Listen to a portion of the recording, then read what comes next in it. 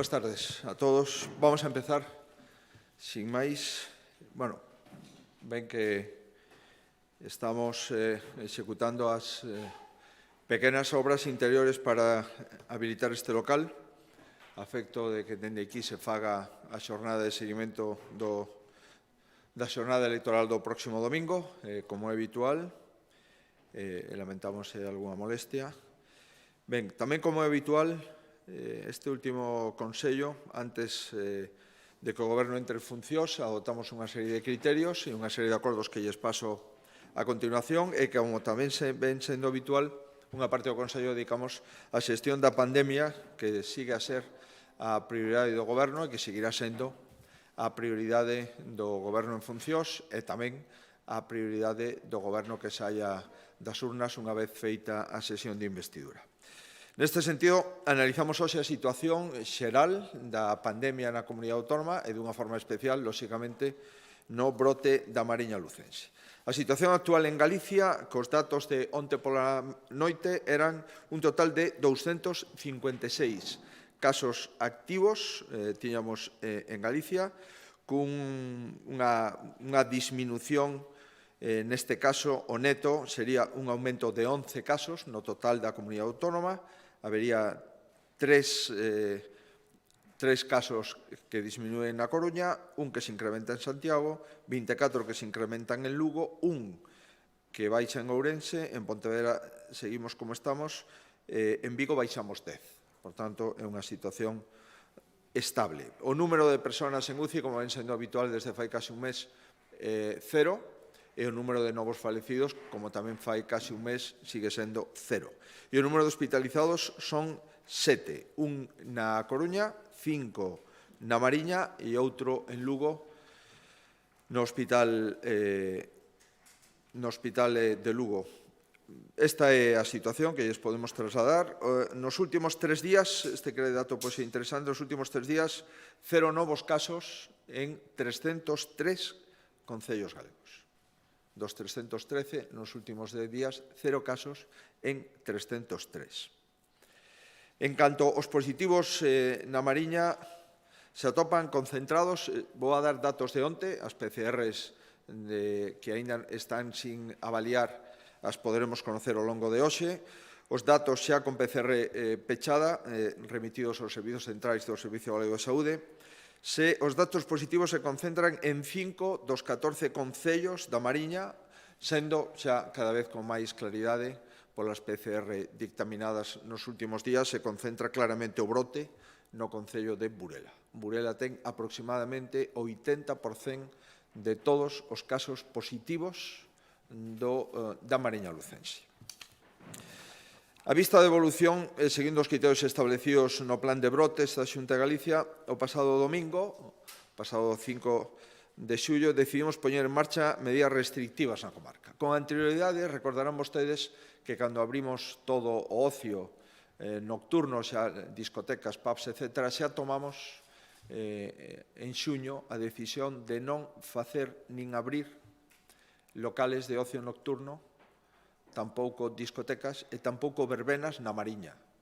Por tanto, xa advertíamos que non era o lugar axeitado como o resto da comunidade autónoma. Pois ben, o 1 de xullo suspendimos isto xa eu acabo de referir, o relativo a ocio nocturno e verbenas. Digo que o 5 de xullo tomamos a decisión de medidas restrictivas na comarca e esta decisión está ratificada pola autoridade xudicial e tamén están, de acordo co propio criterio, se está avaliando cada 5 días cal é a situación na Mariña e seguiremos facendo así nas próximas semanas.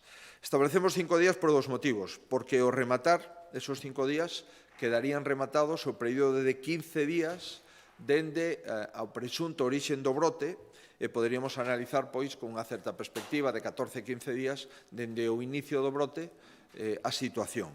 É porque se estableceu, lóxicamente, unha medida moi restrictiva, dado que o dereito fundamental á mobilidade está restringido. Propoñemos que non se salga dos 14 concellos que conforman a Mariña, salvo por razóns xustificadas como razóns laborais ou razóns sanitarias. Pois ben, hoxe Analizamos a evolución dos datos e xa podemos tirar algunhas conclusións provisionais, en todo caso, pero que creo que por transparencia informativa teño que ofrecerllas. Pola mañá reunirase outra vez o Comité Clínico do Servicio Galego de Saúde, xa cos resultados completos do día de hoxe das PCRs, e tomará unha decisión definitiva que probablemente, se hai cambios, se publicaría no Diario Oficial de Galicia o mesmo día, mañá venres. A nosa proposta pasa por, en primeiro lugar, manter, por un criterio de prudencia e para os 14 concellos do Distrito Sanitario, a obrigatoriedade de máscara, as medidas de restricción de aforo, o 50%, nos bares e centros de ocio, o límite de 10 personas para grupos non convivintes, o límite de 60 para actividades en espacios pechados e o límite de 150 o aire libre. E esta é unha proposta que analizará o Comité Clínico e volveremos outra vez a revisar estas propostas dentro de 5 días a partir de mañá. En canto á restrición de mobilidade, todo parece indicar que o lóxico é manter a restrición de mobilidade no concello ou concellos nos que se teña concentrado ao longo deste período e moi especialmente ao longo dos últimos 3 días. Os resultados, de momento, están sendo claros. Para que se faga unha idea, ao longo dos últimos 3 días, 3 de cada 4 novos positivos se produciron nun só concello, concretamente en Burela. Por tanto, a nosa intención é manter a limitación de mobilidade só nese concello ou en algún máis, veremos as PCRs de hoxe, e analizaremos a mañá, cun doble obxectivo. Por unha banda, limitar ao mínimo tempo imprescindible unha restricción de un dereito fundamental que é a mobilidade, e, en segundo lugar, limitar o máximo posible a expansión de virus, minimizando o risco hacia municipios limítrofes. Unha vez constatado que hai, con datos de onte, 9 concellos nos que non se detectaron ningún caso nos últimos 10 días, parece razonable deixar sin efecto a restricción de mobilidade a boa parte, a maior parte, dos concellos da Mariña. Seguimos traballando pola contención do virus, seguimos mantendo medidas restrictivas para evitar a súa expansión. Eu quixera aquí agradecer, en primeiro lugar, a comprensión e o esforzo dos habitantes da Mariña Lucense. A responsabilidade individual é fundamental para seguir contendo o brote, os que debemos acostumbrarnos, lamentablemente, nas próximas semanas, meses e semestres. Téñense producido, según datos do Ministerio de Sanidade, 118 brotes en España. Están activos 67 brotes actualmente.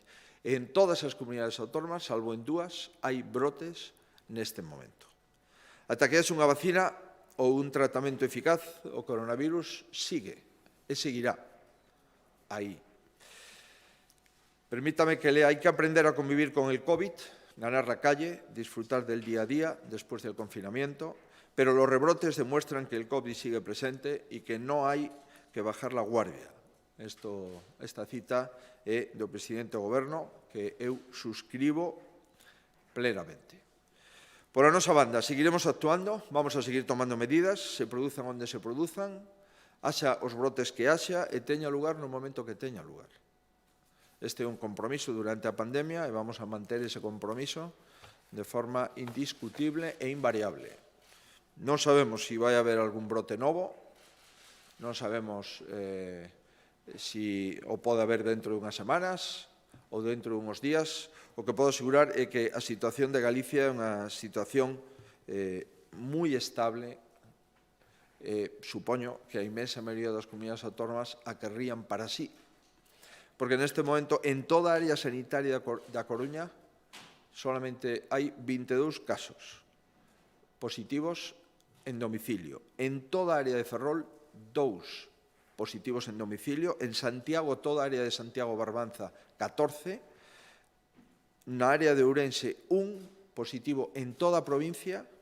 Na área de Pontevedra, 3 positivos en toda a provincia. Na área de Vigo, 24 positivos, onde se deron a alta 10 positivos porque finalizaban a cuarentena, e na área de Lugo, con datos provisionais de onte, insisto, quedan as PCRs por analizar, 190. En total, 256 son os que hai neste momento en toda a comunidade autónoma. E levamos xa casi un mes sin falecidos, sin ningunha persona en UCI, que me parece que é un indicador determinante para saber un pouco concretar o alcance contido dun brote onde a idade media, con datos de onte, estaba en 35 anos e a idade máis repetida dentro do brote eran 20 anos. Son persoas pois asintomáticas, boa parte deles con patoloxías leves, a outra parte é que ningún, de momento, ten dificultades desde o punto de vista de agravamento da enfermedade. Refírome aos 5 pacientes que están ingresados na Mariña Lucense. Outros titulares sobre o Consello da Xunta, permítame que concrete dous que se refiren a programas de financiamento. Poñemos outra vez 14 millóns de euros que van a mobilizar un total de 60 para facilitar liquidez aos autónomos, as microempresas e as PEMES galegas. E, por último, tamén teremos un proxecto de decreto de concepto social que remitimos ao Consello Consultivo para facilitar que se presten servizos públicos a través de entidades sociais, agilizando e flexibilizando a súa posta a disposición aos cidadáns, basicamente en materia de discapacidade. Se trata de buscar unha bolsa de entidades de iniciativa social que poñan as súas prazas a disposición e cada vez que teñamos persoas evaluadas e avaliadas como un grado de discapacidade, esa bolsa poda utilizarse en favor das iniciativas sociais, como xa ocurre en algunha outra comunidade autónoma e como ven sendo pois, un acordo xa coas entidades que levaban moito tempo reclamando este procedimento expedito e rápido para non ter que esperar en canto aos ingresos. Unha serie de convenios, acordos que, se lles parece, citamos dunha forma rápida. Acordo co Concello de Cambre para o mantenimento da contorna do río Mero, cun investimento por parte da Consellería responsable das augas de 160.000 euros. Acordo co Concello de Cabanas para completar o saneamento da ría de Pontedeume cun investimento autonómico de 2,8 millóns de euros. Acordo co Concello de Ríos para a identificación, recuperación e promoción da riqueza forestal das provincias de Lugo e Ourense a través do Centro de Desenvolvemento Agroforestal situado nese municipio. Estamos falando de un convenio de 135.000 euros e se trata de traballar na identificación, soutos e masas de frondosas autóctonas e a loita contra as pragas destos árbores. En materia cultural, acordo co Concello de Xinzo para a rehabilitación e conservación da Casa Reitoral de Santa Mariña de Xinzo de Limia. Facémolo entre a Diócese, a Diputación de Ourense e a Xunta de Galicia. Se trata dun edificio incluído no Catálogo de Patrimonio Cultural de Galicia e será destinado a distintos usos en beneficio dos propios habitantes do Concello de Xinzo. E acordo tamén co Concello de Noia para reformar por €500.000 a Praza de Abastos. Reforma integral da Praza de Abastos de Noia, o que supón financiar con cargo a Xunta de Galicia o 50% dos traballos, outro 50% o fará o propio Concello de Noia. Vamos a rehabilitar o inmoble mantendo a súa morfoloxía e dotando da imaxe moderna que sexa necesario. 35 proxectos para a modernización de portos pesqueiros na comunidade autónoma por €2,1 millón. A mellora de eficiencia enerxética para 14 proxectos, seguridade e condicións de traballo dos pescadores para 6 portos e mellora da calidade dos produtos desembarcados para 15 proxectos que abranguen as confrarías de Coruña, de Pontevedra e de Lugo. En total, como digo, 35 proxectos para mellorar os portos e as lonxas da baixura, é dicir, dos portos titularidade da comunidade autónoma. En materia deportiva, aprobamos o proxecto de decreto polo que se regula o deporte de alto nivel, de alto rendemento e de rendemento deportivo de base. Vai a ser remitido de forma inmediata ao Consello Consultivo. Dentro dun mes teremos ese informe, o dictamen, e este novo texto actualiza un decreto do ano 2004 que ten como novidades a cualificación dos deportistas galegos de alto nivel, así como os técnicos adestradores e os xuíces árbitros poderán obter o recoñecemento de alto nivel e, ademais, este proxecto crea a oficina de atención ao deportista que permitirá asesoralos durante todas as súas etapas da carreira. Asunto en materia digital. Invitamos a 28 concellos galegos que posúen 32 conxuntos históricos a sumarse a unha consulta aberta a operadores de telecomunicacións para despregar fibra nestas zonas protegidas. Como saben, temos xa unha experiencia piloto e, en base a esa experiencia piloto, vamos a estendela a 28 concellos. Experiencia piloto que concreta a sistemática o procedemento para estender fibra en cascos históricos, feita por Antega, o operador público Retegal e a Dirección Xeral de Patrimonio Cultural. Esta experiencia piloto, que se chama Catálogo de Solucións Técnicas, se está implementando neste momento nun casco patrimonio da UNESCO, que é o Casco de Santiago, o que se licitou, se presentou unha operadora de fibra e está implementando fibra para satisfacer así unha demanda de todo o comercio do casco histórico de Santiago tamén e, por suposto, de toda a restauración. Pois ben, con este catálogo de solucións técnicas ampliámolo a 28 concellos que no seu ámbito territorial teñen 32 conxuntos históricos.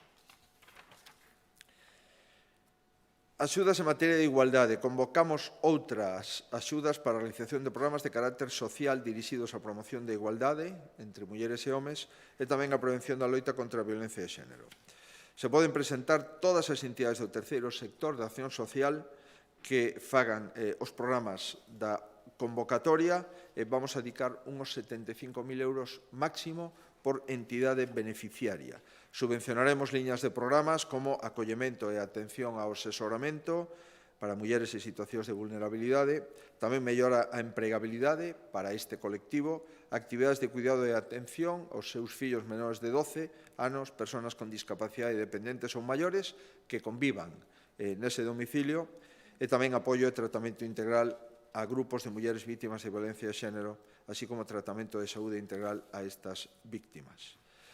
En materia de augas, tenemos un proxecto potente, 9,5 millóns de euros. Vamos a facer innovación. Isto facemos un acordo e un convenio co Ministerio de Ciencia e Innovación para a xestión avanzada de recursos hídricos galegos, chamado Innovaaugas 4.0, e o proxecto ten como obxectivo mellorar a innovación da xestión de recursos hídricos e medio ambiente, aumentar a resiliencia ao cambio climático e a incorporación do modelo de economía circular á xestión do ciclo integral da auga. Con el procúrase avanzar nunha xestión integrada das augas para optimizar os recursos hídricos en Galicia e o modelo de xestión de auga pois supón implicacións a nivel ambiental, económico e social, especialmente tendo en conta os efectos esperados do cambio climático. Isto se trata de unha compra pública innovadora. Vamos a consultar o mercado nacional, o mercado internacional, que tratamentos, que procedementos poden considerarse innovadores para ter máis éxito no tratamento da auga. E con isto vamos a investir 7 millóns de euros que os vamos a destinar a plantexar solucións innovadoras para a xestión de recursos hídricos nas bacías dos ríos Verdugo, Oitabén e o resto dos ríos que desembocan nas rías de Vigo e Baiona. E depois vamos a dedicar 2,5 millóns restantes para despregue das experiencias desenvolvidas na primeira fase, a que acabo de decir, no resto dos sistemas de explotación da conca de marcación hidrográfica Galicia Costa, que é a que é responsabilidade directa da comunidade autónoma. Páxina educativa. Luz verde na asignatura de 2 convenios, unha coa Fundación Centro Oncolóxico Regional de Galicia e outra coa Fundación Laboral da Construcción. Se trata de que estes 2 centros colaboren na impartación de cursos de formación profesional das familias profesionais da sanidade, no caso da Fundación Centro Oncolóxico, e da madeira moble e cortiza, no caso da Fundación Laboral da Construcción. Neste último, na Fundación Laboral da Construcción, se trata de impartir esas clases de madeira moble cortiza nas instalacións do Politécnico de Lugo e tamén nas da Fundación Laboral. Por certo, o Politécnico de Lugo licitamos a ampliación por 1,3 millóns de euros deste colexio de formación profesional na capital lucense e toda a ampliación o edificio se fará en madeira. Por tanto, non solamente nos interesa dar clase de madeira e cortiza en moble, senón tamén que ese centro profesional teña unha ala de madeira que será o primeiro colexio en Galicia que teña unha construcción de madeira na súa totalidade. Do mesmo xeito que o Centro de Saúde de Porriño será o primeiro centro de saúde en Galicia que completamente será de madeira xunto co de Laracha. Por tanto, estamos cumplindo os compromisos co sector da madeira para meter madeira estructural nos propios centros e finalizar a construción do edificio en madeira de acordo cos compromisos co clúster da madeira e a Axencia Forestal de Galicia. E, por último, na Fundación Centro Oncolóxico Regional vamos a dar clase no Colexio Ánxel Casal Monte Alto na Coruña para realizar todo tipo de estudos da familia da formación profesional relativa á sanidade. Seguimos en educación, cambiamos a FP pola universidade, destinamos 180.000 euros para a captación de talento de 14 investigadores a través do programa Juan de la Sierra. 5 son contratos de formación, 4 para a Universidade de Santiago e 1 para de Vigo, e outros 9 son contratos de incorporación, 1 para Coruña, 4 para Santiago e 4 para Vigo. Este investimento se materializa mediante un convenio coas 3 universidades e o que facemos é que os becarios que teñen beca Juan de la Cierva, o resto da beca que deberían de pagar as universidades, as financia íntegramente a comunidade autónoma para que as universidades non teñan que asumir a carga de unha parte da beca que lle corresponde a estos novos investigadores, a estos 14 investigadores que son titulares dunha beca Juan de la Cierva. Sin saír da universidade, aprobamos a baixada dos prezos públicos medios das primeiras matrículas de másters non habilitantes que afectan o 7% do total dos universitarios de Galicia. Como saben, levamos 10 anos consecutivos conxelando as taxas de grau universitario e agora o que facemos non é só conxelar, senón baixar as taxas de másters non habilitantes un 55%. O aforro por alumno son 1.150 euros por curso, situándonos tamén en másters non habilitantes dentro da primeira, segunda comunidade autónoma máis accesible de España. Por tanto, pechamos o noso compromiso coa equidade universitaria, sendo a primeira ou segunda comunidade coas taxas de grau universitario máis baratas de España, 10 anos de conxelación, e agora que nos faltaba os másters non habilitantes, os baixamos o 55%, aforramos por alumno 1.150 euros por curso e nos convertimos tamén en másters non habilitantes na comunidade autónoma cos prezos máis accesibles de España xunto con Canarias. Creo que é unha boa noticia para toda a comunidade universitaria. Temos que indemnizar as universidades con 2,5 millóns de euros, que son os que deixan de recadar por esta baixada do 55% das taxas para másters non habilitantes e nos convertimos xa, sin duda, non só nos másters habilitantes e nos graos, senón tamén nos non habilitantes na comunidade xunto con Canarias máis accesible de España. Canarias acaba de facelo, nos levamos 10 anos coa conxelación das taxas para grados universitarios. Tema interesante, Comisión Interdepartamental da Ribeira Sacra. Poñemos todos ao redor dunha mesa para saber que vamos a facer coa Ribeira Sacra, non só coa candidatura a Patrimonio da Humanidade, que somos moi optimistas no senso de conseguirla no ano 21, senón para desenvolver o compromiso de 34 millóns de euros de investimento entre o ano 2020 e o ano 2023. Este decreto que aprobamos hoxe é unha comisión presidida polo titular da Consellería de Cultura e vai a meter os 25 concellos de Lugo e Ourense nesta comisión, a totalidade dos concellos que abrangue a superficie BIC, e tamén vamos a sumarlle o concello de Bóveda, Manzaneda e Chandrexa de Queixa, porque son concellos que teñen organizacións relevantes na salvaguarda dos valores da paisaxe cultural das terras de Asma, Caldelas, Tribes e Lemos. Ademais, invitamos o Consorcio de Turismo da Ribeira Sacra a denominación do viño Ribeira Sacra, Asociación Ribeira Sacra Rural, os bispados de Ourense e Lugo, e tamén a Confederación Hidrográfica Miño-Sil. En definitiva, isto é unha ferramenta para cumplir o compromiso coa Ribeira Sacra, para concretar o alcance contido e a prioridade dos 34 millóns de euros que estamos investindo entre o ano 20 e o ano 23, foi sometido a alegacións, se aceptaron as alegacións, hoxe aprobamos esta comisión interdepartamental. Levamos nos últimos anos investidos na Ribeira Sacra 6 millóns de euros, tanto na mellora do camiño de inverno como na rehabilitación do Pazo Bispal de Diamondi, para convertirlo nun albergue no concello de Escairón. E temos unha serie de proxectos, algúns deles licitados, outros pendentes de licitación, como son melloras no Colexio Escolapios en Monforte, a Iglesia de Santo Estevo de Ribas de Miño, a Iglesia de Santo Esteban de Atán, a de San Xao de Lobios, a Iglesia Reitoral de Pombeiro e os mosteiros de Santo Esteban de Ribas de Sil e de Santa María de Xunqueira de Espadañedo.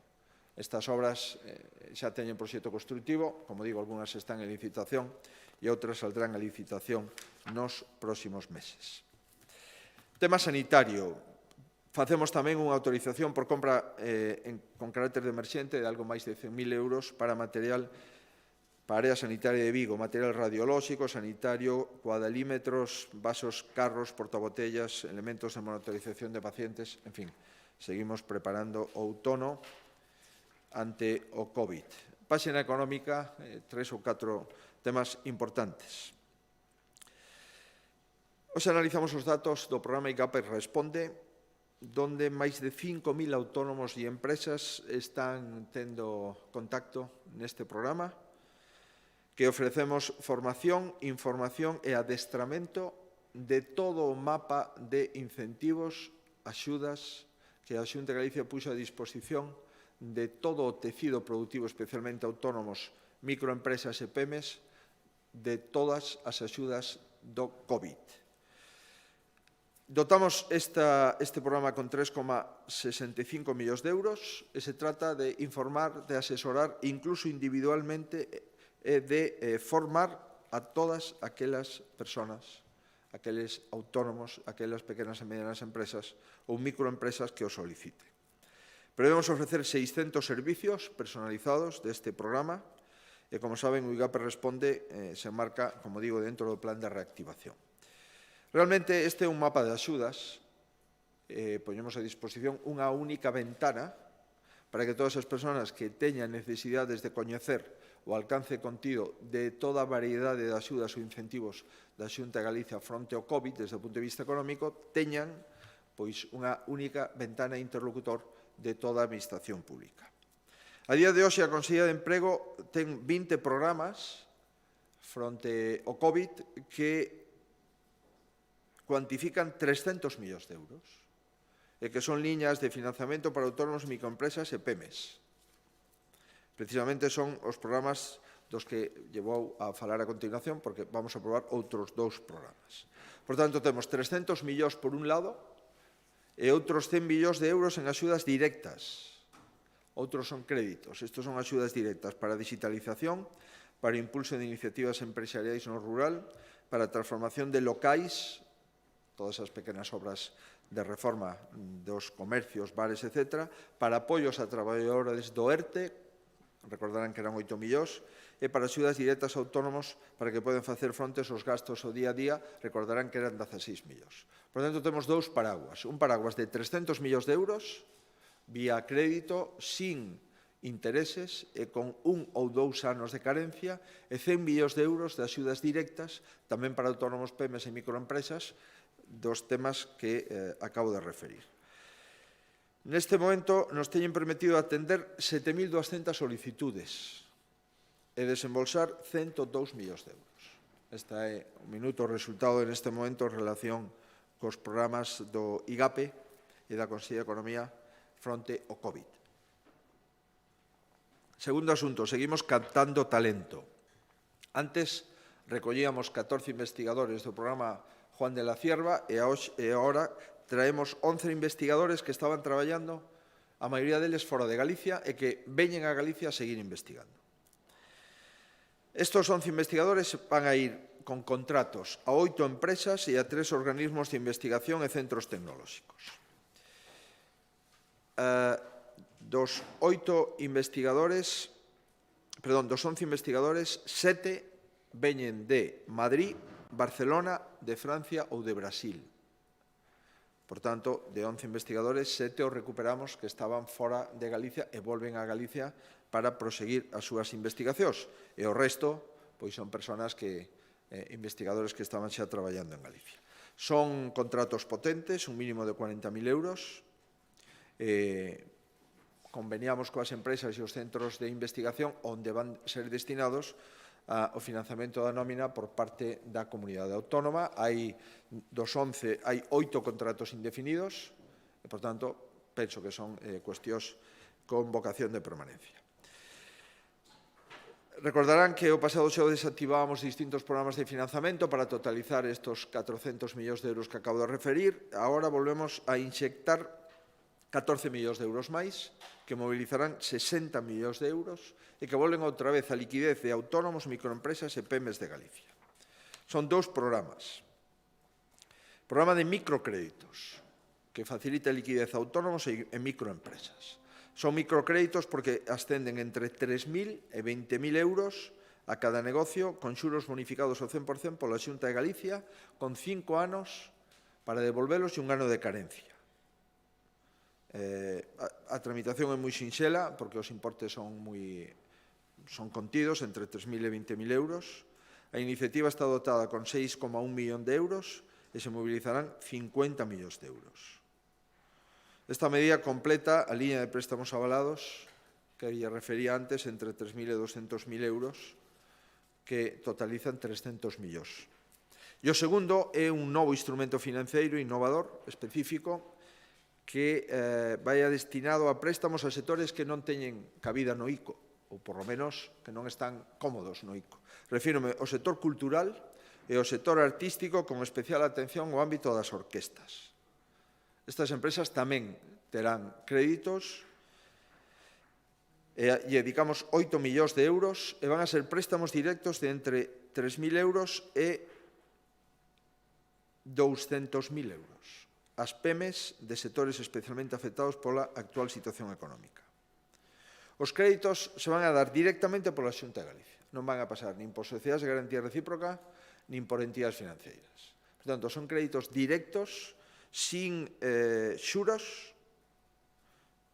sin intervención de entidades financeiras, e chegarán ata o 75% do total das necesidades de liquidez que teña as empresas relacionadas coa cultura, cos sectores artísticos e especialmente de forma directa as orquestas que están nunha situación límite como consecuencia dos propios protocolos do COVID e como consecuencia da cautela que temos que seguir mantendo nos seguintes semestres.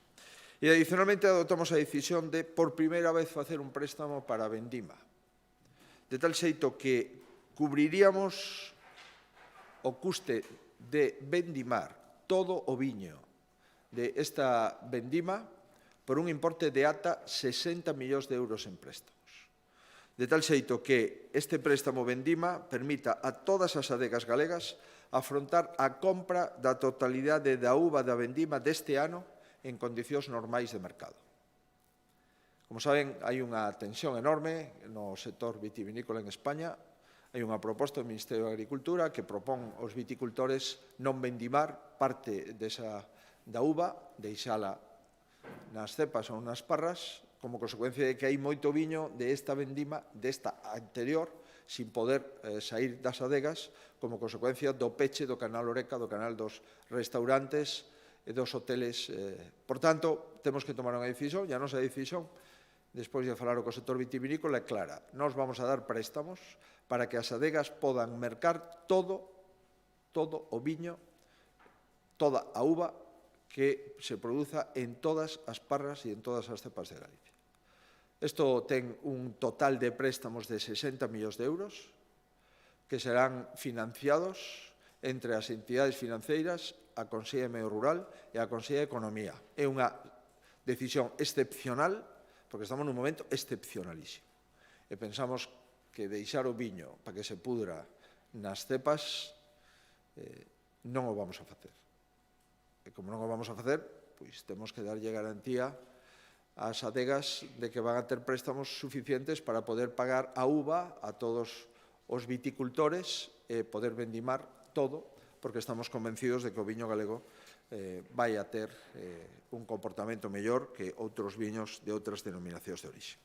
E, por último, o decreto de concerto social que mandamos ao Consello Consultivo. Este é un novo instrumento destinado a facilitar que se presten servizos públicos a través das entidades sociais, que, como saben, son entidades sin ánimo de lucro que se dedican á discapacidade en Galicia.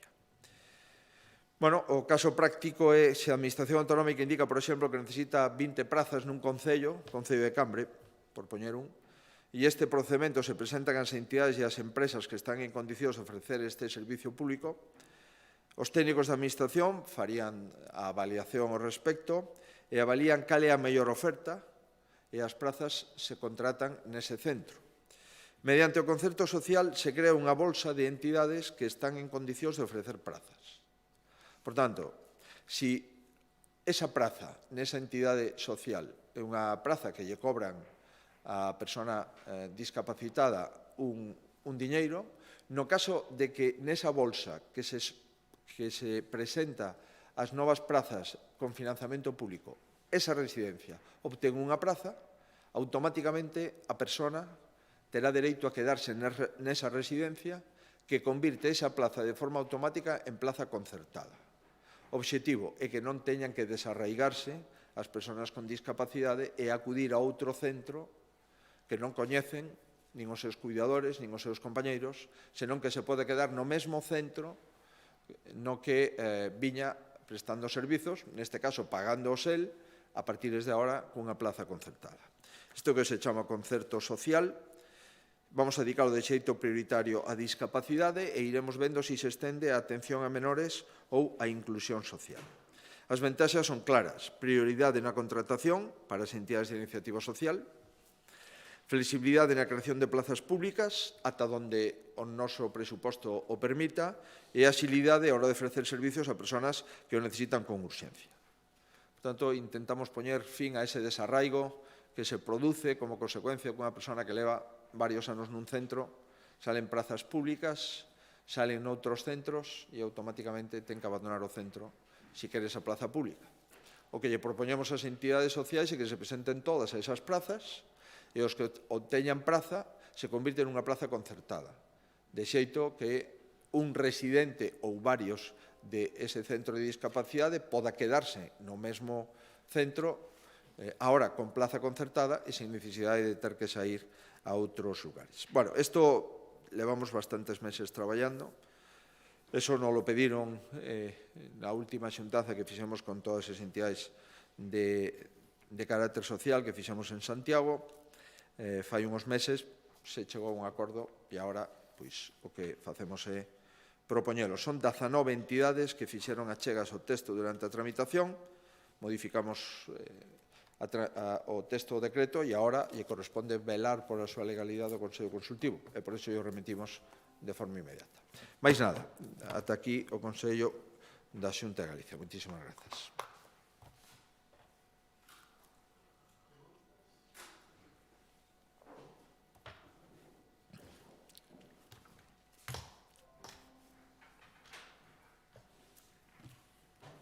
Hola, presidente. Hoy en una reunión en el Congreso de la Junta Electoral Central se va a hablar sobre las elecciones en Galicia, sobre el tema de la Mariña.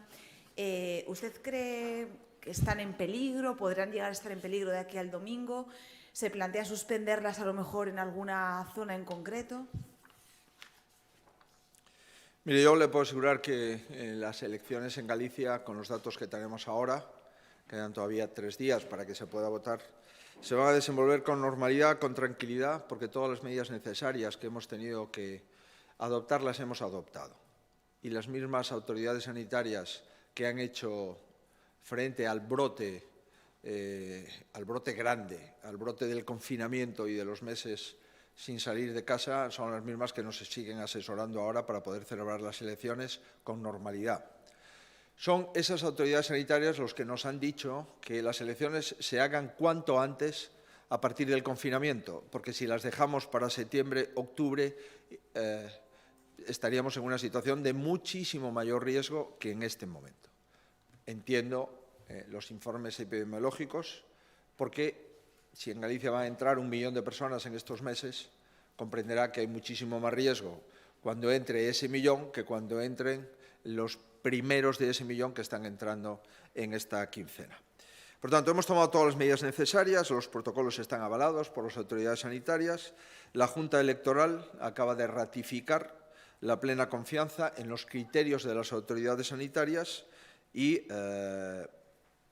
vamos a ir a las elecciones con la tranquilidad del deber cumplido, con la tranquilidad de seguir las recomendaciones de las autoridades sanitarias y con la imperiosa necesidad de hacer elecciones, porque yo, a partir de septiembre, no puedo seguir siendo presidente de la comunidad autónoma, dado que extingo mi mandato de 4 años.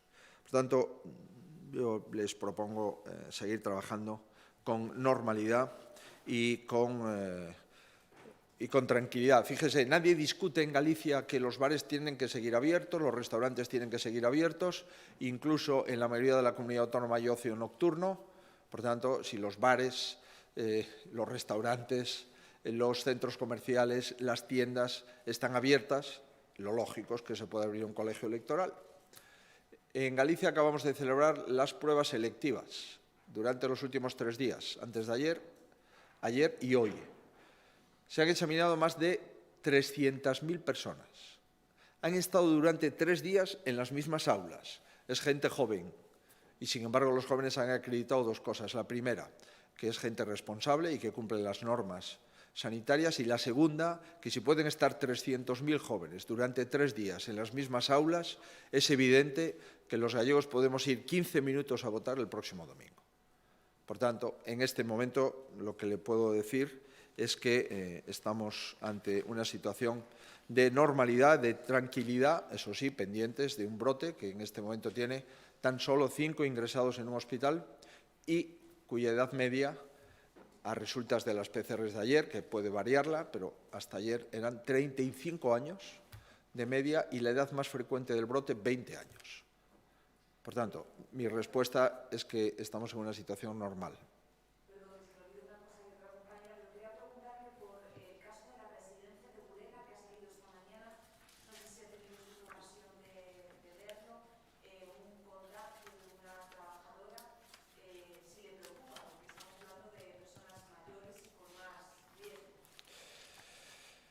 Mire, hemos testado 3 veces todas las residencias en Galicia.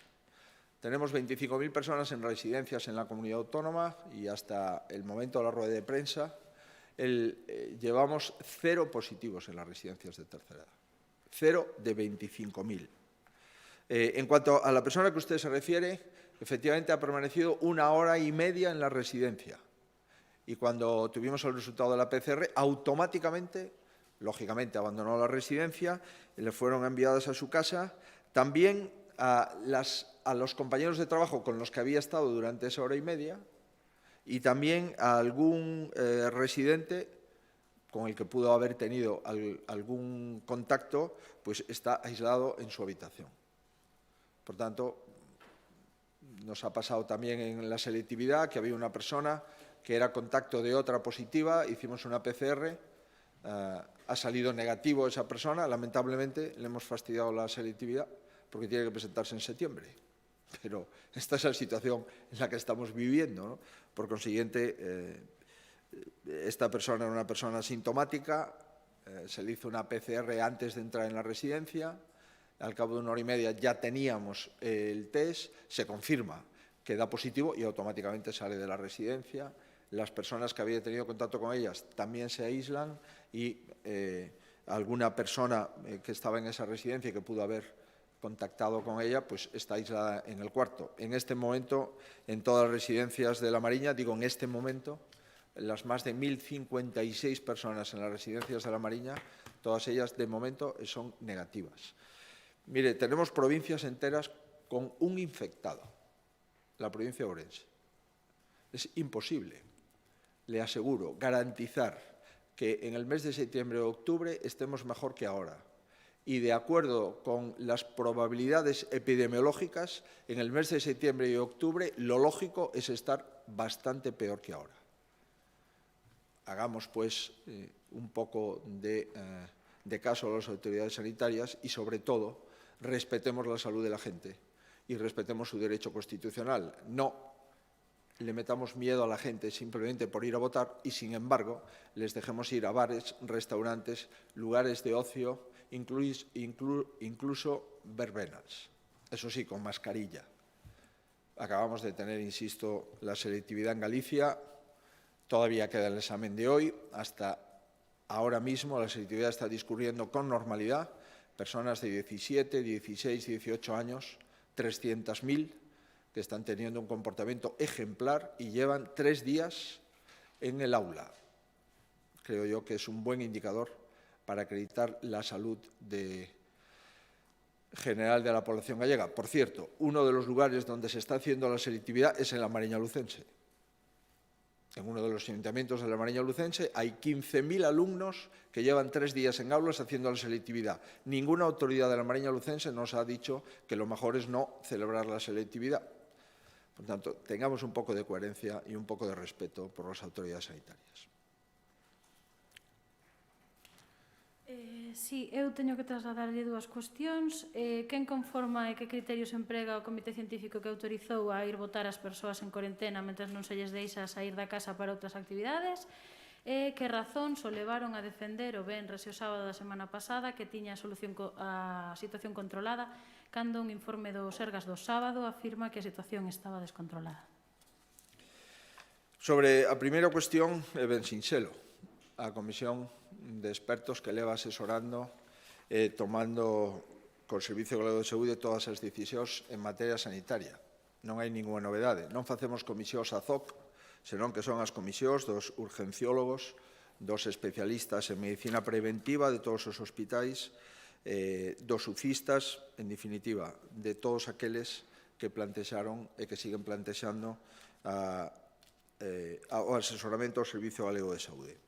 En relación co voto dos positivos, mire, nós podemos recomendar que as persoas positivas, e, por tanto, que teñen risco de contaxiar, pois o lóxico é que non vayan a votar. É unha recomendación sanitaria. É certo que a lei electoral hai un vacío legal ao respecto, pero pensamos, dado que as autoridades sanitarias así non lo dicen, que as enfermedades infectocontaxiosas non deben de expoñerse a poder contaxiar a outras persoas. O resto de persoas con PCRs negativas en cuarentena na súa casa, pois sí poden ir a votar, por suposto, coa mascarilla, como ven sendo habitual en todos os casos e moito máis neste tipo de consideracións. Por tanto, nós llevamos a seguir facendo caso aos profesionais sanitarios, que son os que nos salvaron a vida durante o núcleo duro, durante o ataque masivo do virus. Eu creo moito máis entre os que nos salvan a vida que entre algúns partidos políticos que se presentan ás eleccións e probablemente non teñan como obxectivo salvar vidas, senón outros obxectivos que non teñen nada que ver coas vidas. E en relación co brote, eu volvo a reiterar, nós vamos a seguir sempre as decisións de epidemioloxía e de saúde pública da comunidade autónoma.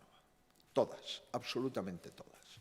Do mesmo xeito que foi discutible pechar 14 concellos, cando o brote se refería a menos concellos, é unha decisión por criterio de prudencia. Mañá o Comité Clínico volverá a analizar, xa con PCRs dos últimos días, dos últimos 5, si siguen pechados os 14, si desconfina algúns deles, será o Comité Clínico quen mande, dispoña, e nós seremos os que obedecemos a esos criterios sanitarios.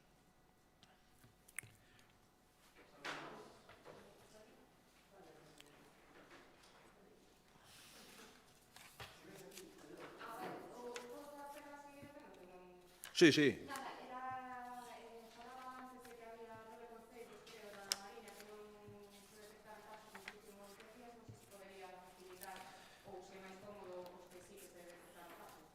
Eu creo que mellor, se lles parece, para non crear falsas expectativas, esperar as PCR de mañá, porque non vai a ser que hai algún concello que hoxe teña 0 e mañá teña 1 ou teña 2. Digo por prudencia, pero hai concellos, os 9, que nos últimos 3 días teñen 0.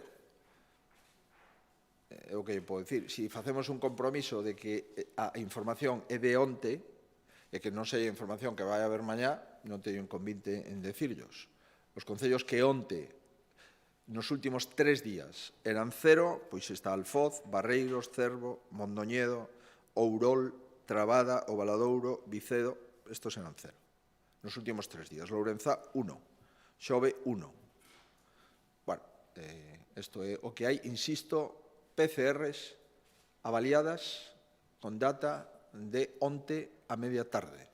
Quedan PCRs que estaban avaliadas no último turno, máis as PCRs que se fan a hoxe. Pero o que está claro é que 80%, con datos de onte, 80% do brote, persoas positivas, se concentran nun único concello. E iso é unha boa noticia desde o punto de vista de saúde pública, porque estamos acertando nos contactos, e cando se fai a PCR os contactos estreitos, é cando nos están aparecendo os positivos. Iso é moi bo, sin dúbida, e é o mellor dos datos. E, ademais, xa estamos tendo moitísima máis facilidade para facer PCRs os contactos estreitos, porque probablemente xa todos se dan conta de que non podemos negar un contacto estreito con outra persona cando está en xogo a saúde pública de todos. Eso creo que é o dato máis importante. Si concretamos o brote, pois poderemos actuar con máis flexibilidade en concellos que están neste momento confinados sin nin siquiera ter un solo contaxiado nos últimos 3 días. Pero claro, si cada vez que hai un contaxiado ou 2 ou 3 nun concello vamos a pechar, entonces comprenderán vostedes que estaríamos nunha situación bastante excepcional nos próximos 2 anos. En fin, esta é a situación que temos, pero eu pido, por favor, que estes datos son os datos de onte, pendiente de evaluar as últimas PCR do último turno, máis as PCR do día de hoxe, por suposto, que non as coñecemos. Moi ben. Pois, como ven sendo habitual, moitísimas gracias por estos 4 anos de roldas de prensa con goberno traballando. A partir do próximo xoves estamos en funcións e a partir do domingo supoño que xa saberemos quen pode gobernar Galicia os próximos 4 anos. Eu agradezo moito a todos vostedes as súas citas e as súas comparecencias semanais. Para min é unha honra e nos vemos o próximo xoves. Moitísimas grazas.